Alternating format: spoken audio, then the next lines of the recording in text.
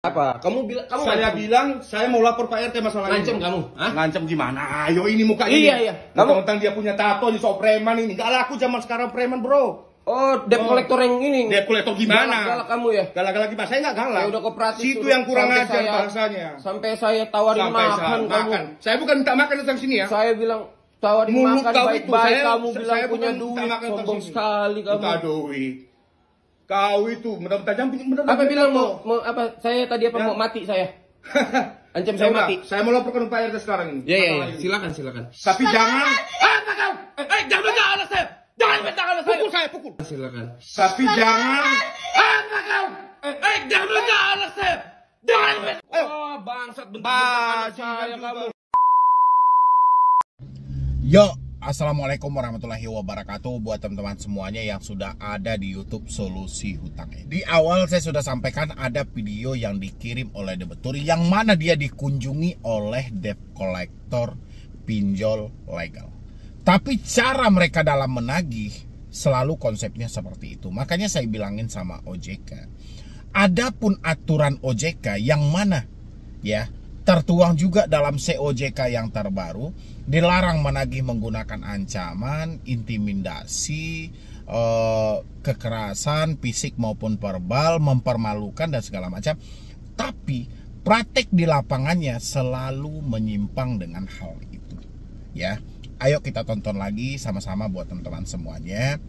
Ya, itu wajahnya kita sensor karena ini menyangkut soal privasi juga ya. Walaupun profesi dia debt collector yang namanya ini rea publik, takutnya terjadi pembulian dan segala macam itu, makanya wajahnya disensor. Yang sangat kita sayangkan di posisi ini bukan soal orangnya, tapi cara mereka bekerja dengan menggunakan intimidasi, tekanan, kekerasan, bahkan sampai teriak-teriak seperti itu sangat disayangkan. Dan ini di pinjol legal loh.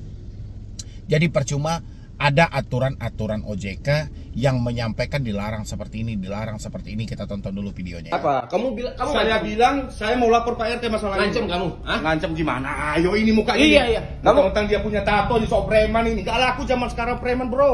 Oh, debt collector yang ini. Debt collector gimana? Galak kamu ya? Galak-galak gimana? Saya nggak galak. Ya udah kooperatif. Situ yang kurang ajar bahasanya. Sampai saya tawarin makan kamu. Saya bukan minta makan tentang sini ya. Saya bilang tawarin Mulut makan kau baik-baik, itu, kamu bilang saya punya bukan duit, minta makan sombong tentang sekali kamu. Minta duit. Kau itu mendapat tajam Apa bilang mau apa? Saya tadi apa mau mati saya? Ancam saya mati. Saya mau laporkan Pak RT sekarang ini. Iya. Silakan. Tapi jangan. Apa kau? Jangan minta alas saya. Jangan minta alas saya. Pukul. Ayo. Oh, bangsat bentar saya Nah, kamu. kurang lebih seperti itu. Menurut teman-teman semuanya, gimana coba? Dengan adanya aturan OJK yang mana OJK menyampaikan di sini ya. Saya pajangkan juga yang mana ini dia, OJK ini dia. Kita pajangkan juga.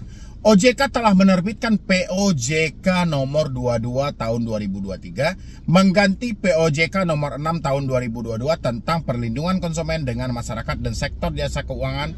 Salah satu ketentuan diatur POJK ini mengenai mekanisme penagihan kredit dan pembiayaan. Dalam COJK nomor 19 2023 itu juga dipertegas dengan hal yang sama. Yang mana yang paling pertama adalah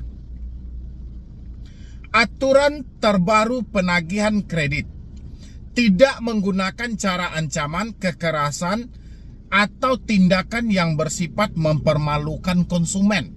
Ya, contoh, menyebarluaskan informasi mengenai kewajiban konsumen yang terlambat kepada kontak telepon dimiliki oleh konsumen. Ini yang paling pertama, ya. Yang kedua, tidak menggunakan tekanan fisik maupun verbal.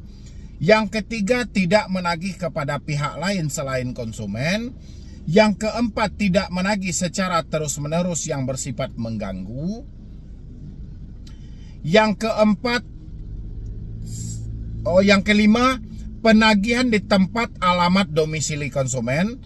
Yang keenam adalah hanya pada hari Senin sampai dengan Sabtu di luar hari libur nasional dari pukul 8 sampai pukul 8 malam, dari 8 pagi sampai 8 malam waktu setempat.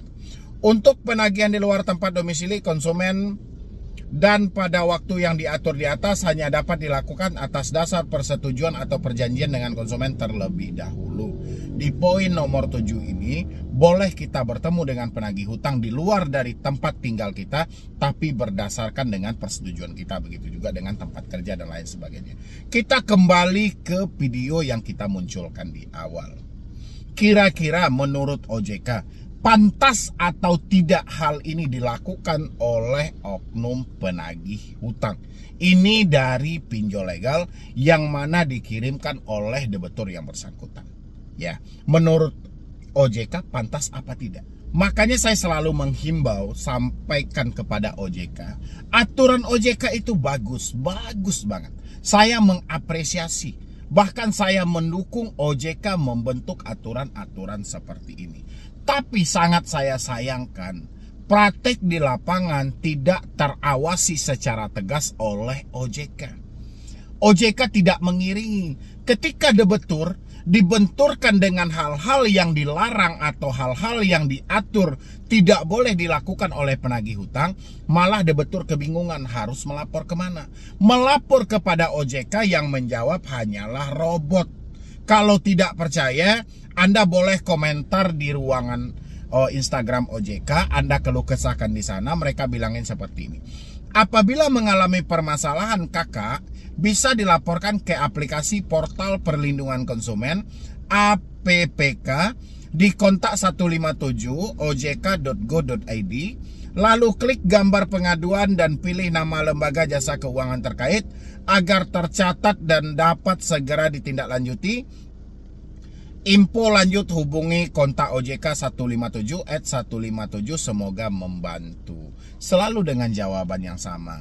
Begitu orang-orang sudah masuk ke dalam kontak ini, memberikan laporan, jawaban OJK adalah negosiasi secara internal, minta keringanan, minta restrukturisasi, relaksasi kepada pihak kreditur. Pertanyaan saya, untuk ancaman-ancaman seperti ini, ya, apakah layak atau memang nyambung atau tidak kita meminta negosiasi? Ini bukan soal denda, bukan soal bunganya, tapi menyangkut versi penagihan yang mana aturan sudah terlalu banyak dari OJK.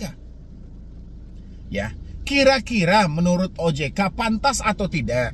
Dan kalau si debitur sudah mengalami hal seperti ini, yakin akan ditangkap. Saya bilang, saya mau lapor Pak RT masalah ini. Ngancem kamu? Hah? Ngancem gimana? Ayo ini mukanya. Iya. Tentang dia punya tato di sok preman ini. Gak laku zaman sekarang preman, bro. Oh, debt collector yang ini. Debt collector gimana? Galak kamu ya? Galak-galak gimana? Saya nggak galak. Saya udah kooperatif. Situ yang kurang Sampai ajar saya- bahasanya. Sampai saya tawarin makan kamu. Saya bukan minta makan datang sini ya. Saya bilang tawarin Mulut makan kau itu, baik-baik, saya- kamu saya bilang bukan punya minta duit. makan datang Sombong sini. sekali kamu. Minta duit.